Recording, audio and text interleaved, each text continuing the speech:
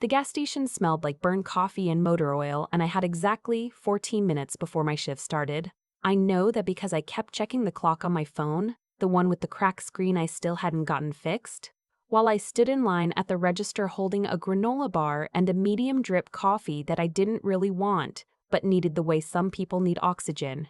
It was a Thursday.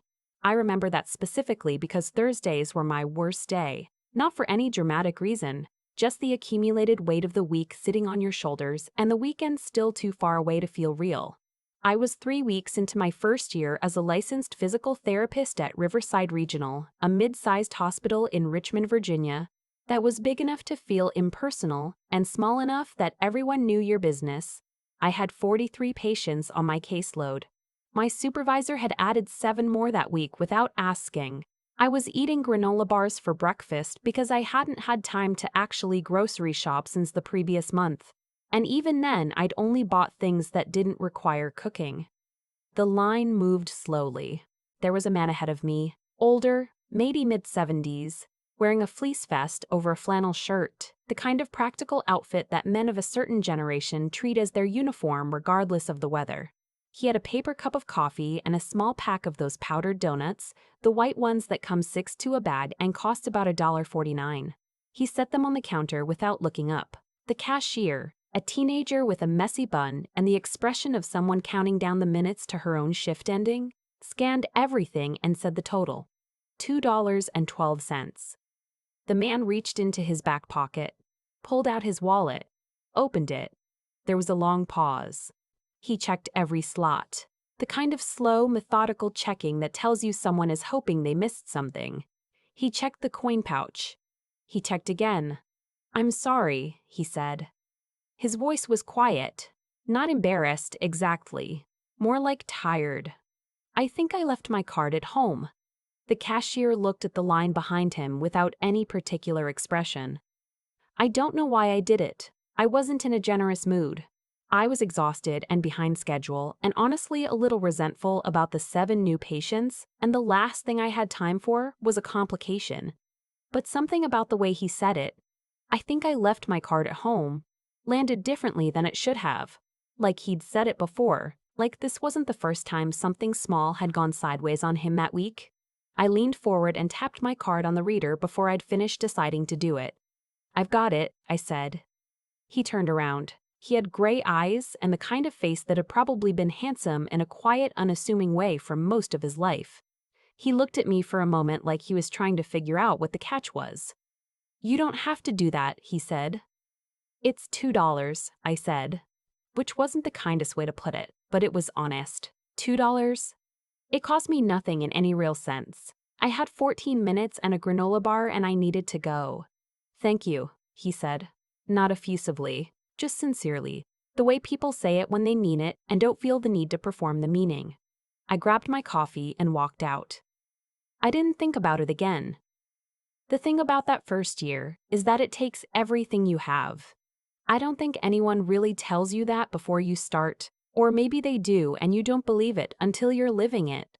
I had graduated near the top of my program. I had done my clinical rotations at good facilities. I had studied for the boards until the textbooks felt like wallpaper. None of that prepared me for the specific exhaustion of being responsible for actual human bodies in actual pain, while also learning the rhythms of a new institution, navigating the personalities of people who had been there for 20 years and had opinions about how things were done. My supervisor, I'll call her my supervisor because that's what she was and because nothing else fits cleanly, was not a cruel person. I want to be fair about that. She was competent and experienced and ran a tight department. But she had a way of delivering feedback that made you feel like you were standing at the edge of a very high ledge. Not because she yelled. She never yelled. It was quieter than that. A look. A pause before she responded to something you'd said that was just a half-second too long. The way she'd say, "interesting choice," instead of telling you directly that you'd done something wrong. 3 weeks in, she pulled me into her office after rounds to tell me that my documentation was not meeting expectations. She used that phrase, "not meeting expectations," in a tone that suggested the gap between where I was and where I should be was significant and possibly unbridgeable. I'd been there 3 weeks. I was averaging 11-hour days. I hadn't seen my apartment in daylight since I started. I nodded and said I'd work on it. I went back to my desk and stared at my screen for a few minutes before I started charting again. This was the texture of those weeks. Small indignities, long silences, the constant low-grade feeling that I was behind on something and wasn't sure what. I called my mom on the drive home some nights and told her it was fine, going well. I was just tired. She'd been a school nurse for 30 years and understood exhaustion in a professional context. But I didn't want her to worry. And I didn't have the words yet for what I was actually feeling, which was something like, I think I chose correctly, but I'm not sure I'm going to make it through the choosing. About a month after the gas station, something changed in the department and I didn't understand what it was at first. My supervisor seemed lighter somehow, less pointed. She stopped doing the long pause before responding to me. She started copying me on emails she hadn't been including me on before. The kind that meant you were considered part of the actual conversation and not just a body filling a slot. Then one morning, she stopped by my workstation, not to give feedback, not to correct something, just to say that Dr. Ellison in orthopedics had requested me specifically for a post-surgical consult. I didn't know who Dr. Ellison was. He's one of our senior orthopedic attendings, she said. He asked for you by name. I spent the next 2 hours trying to figure out if I'd had any interaction with a Dr. Ellison that I didn't remember. Nothing came up. I went to the consult, which was straightforward, a patient recovering from a total knee replacement. And afterward, I stood in the hallway outside the room and checked the attending's name on the chart again, trying to place it. I ran into him on my way back to the elevator. He was older, mid-70s, the kind of tall that stays with you even when age has softened the rest of it. Gray eyes.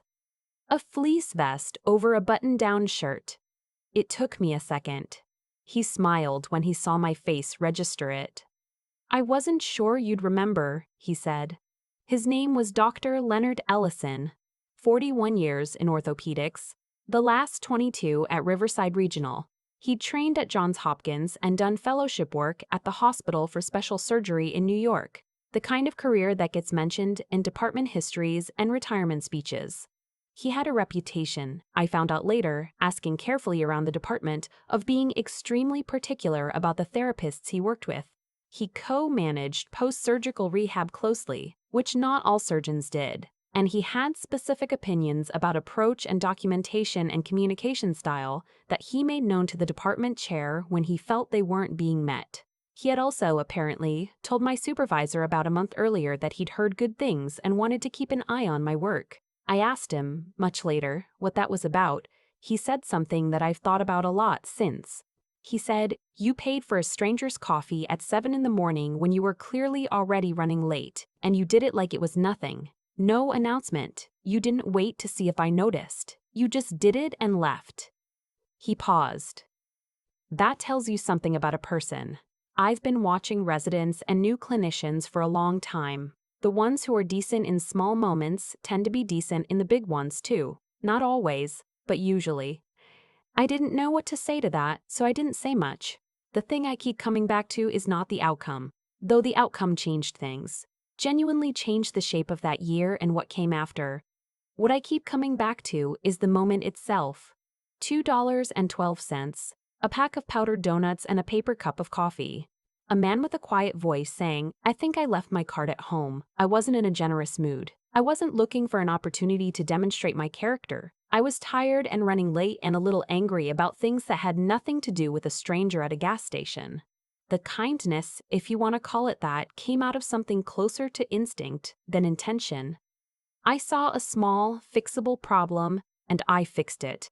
Because I had the $2 and he needed them and there was no real reason not to. That's it.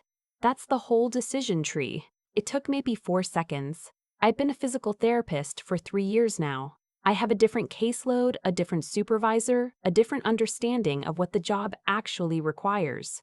Dr. Ellison retired last spring, and the department threw him a party in the main conference room with sheet cake from the grocery store down the street and a card that everyone signed.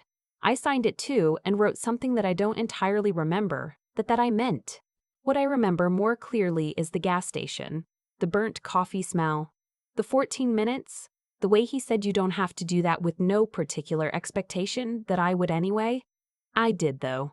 And I'd do it again, not because of how it turned out, but because the version of me who walks past that kind of moment to save 4 seconds is not a version I want to be. Not at 7 in the morning. Not when I'm exhausted. Not when I have 43 patients and a cracked phone screen and a supervisor who's watching the gap between where I am and where I should be. Maybe especially then. There's a woman I work with now who just finished her first month. She's doing fine, more than fine, actually, but she carries the particular anxiety of someone who is competent and doesn't fully believe it yet, which is its own kind of weight. I see it because I remember it. Last week I stopped by her workstation at the end of the day, not because I had feedback or corrections. Just to say, you're handling a hard stretch well, and it gets more navigable, I promise. She looked a little surprised, like she'd been bracing for something else. I know that look. I wore it for months. The small things matter. They don't always come back around the way mine did, and you can't do them expecting that they will. But they matter anyway to the person in the moment. And to you, in some quieter way that doesn't announce itself right away. You just try to be decent in the small moments. That's the whole practice. I've thought a lot about why Dr. Ellison remembered me. Not because I did anything remarkable. $2 is not a gesture, it's a reflex. But I think that's exactly the point he was making when he told me what he told me. The reflex is the thing. What you do when there's no audience, no upside, no version of the moment that circles back to benefit you. That's the clearest picture of who you actually are. I was not a generous person that morning in any conscious sense.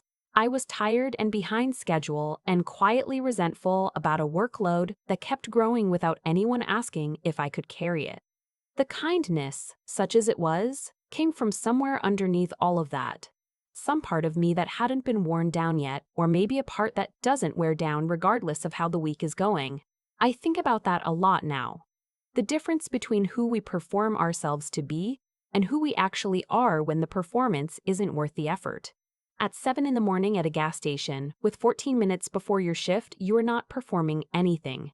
You are just yourself. And I was someone who couldn't watch an old man check his wallet 3 times for $2 without doing something about it. That's not virtue. That's just a choice.